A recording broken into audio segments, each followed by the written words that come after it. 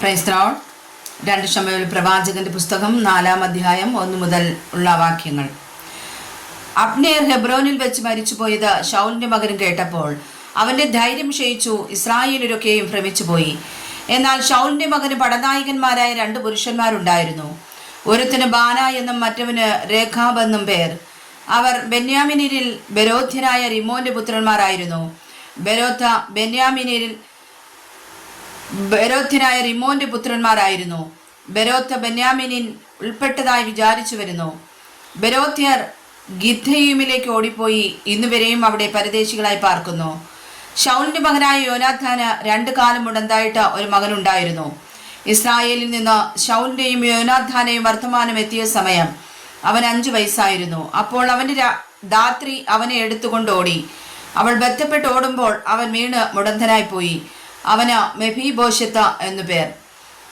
ബെരോഥ്യൻ റിമോന്റെ പുത്രന്മാരായ രേഖാബും ബാനായും വെയിൽ മൂത്തപ്പോഴേക്ക് ഈസ്ബോശെത്തിന്റെ വീട്ടിൽ ചെന്നെത്തി. അവൻ ഉച്ചസമയത്ത് ആശ്വസിച്ച് കിടക്കുകയായിരുന്നു.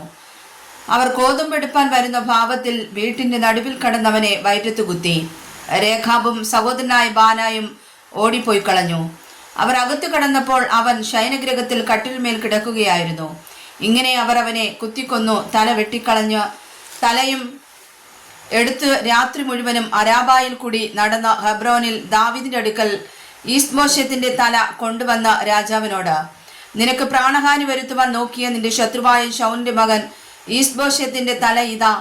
ഇന്ന് യജമാനനായ രാജാവിന് വേണ്ടി ശൗലിനോടും അവന്റെ സന്തതിയോടും യഹോവ പ്രതികാരം ചെയ്തിരിക്കുന്നു എന്ന് പറഞ്ഞു.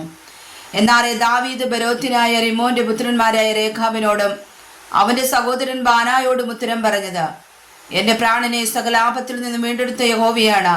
ശൗൽ മരിച്ചുപോയി എന്ന് ഒരുത്തൻ എന്നെ അറിയിച്ച് താൻ ശുഭവർത്തമാനം കൊണ്ടുവന്നു എന്ന് വിചാരിച്ചിരിക്കുമ്പോൾ ഞാൻ അവനെ പിടിച്ച് സിക്ലാഗിൽ വെച്ച് കൊന്നു.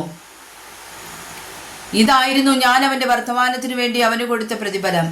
എന്നാൽ ദുഷ്ടന്മാർ ഒരു നീതിമാനെ അവന്റെ വീട്ടിൽ മെത്തയിൽ വെച്ച് കൊല ചെയ്താൽ എത്രയധികം.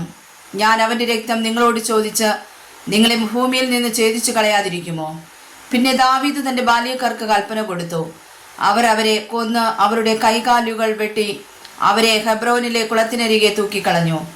ഈസ്ബോശെത്തിന്റെ തല അവർ എടുത്ത് ഹെബ്രോനിൽ അബ്നേരിന്റെ ശവക്കുഴിയിൽ അടക്കം ചെയ്തു. വായിച്ചതായ തിരുവചനങ്ങളാൽ പരിശുദ്ധ കർത്താവ് ഏവരെയും സമർത്ഥമായി അനുഗ്രഹിക്കുമാറാകട്ടെ. ആമേൻ.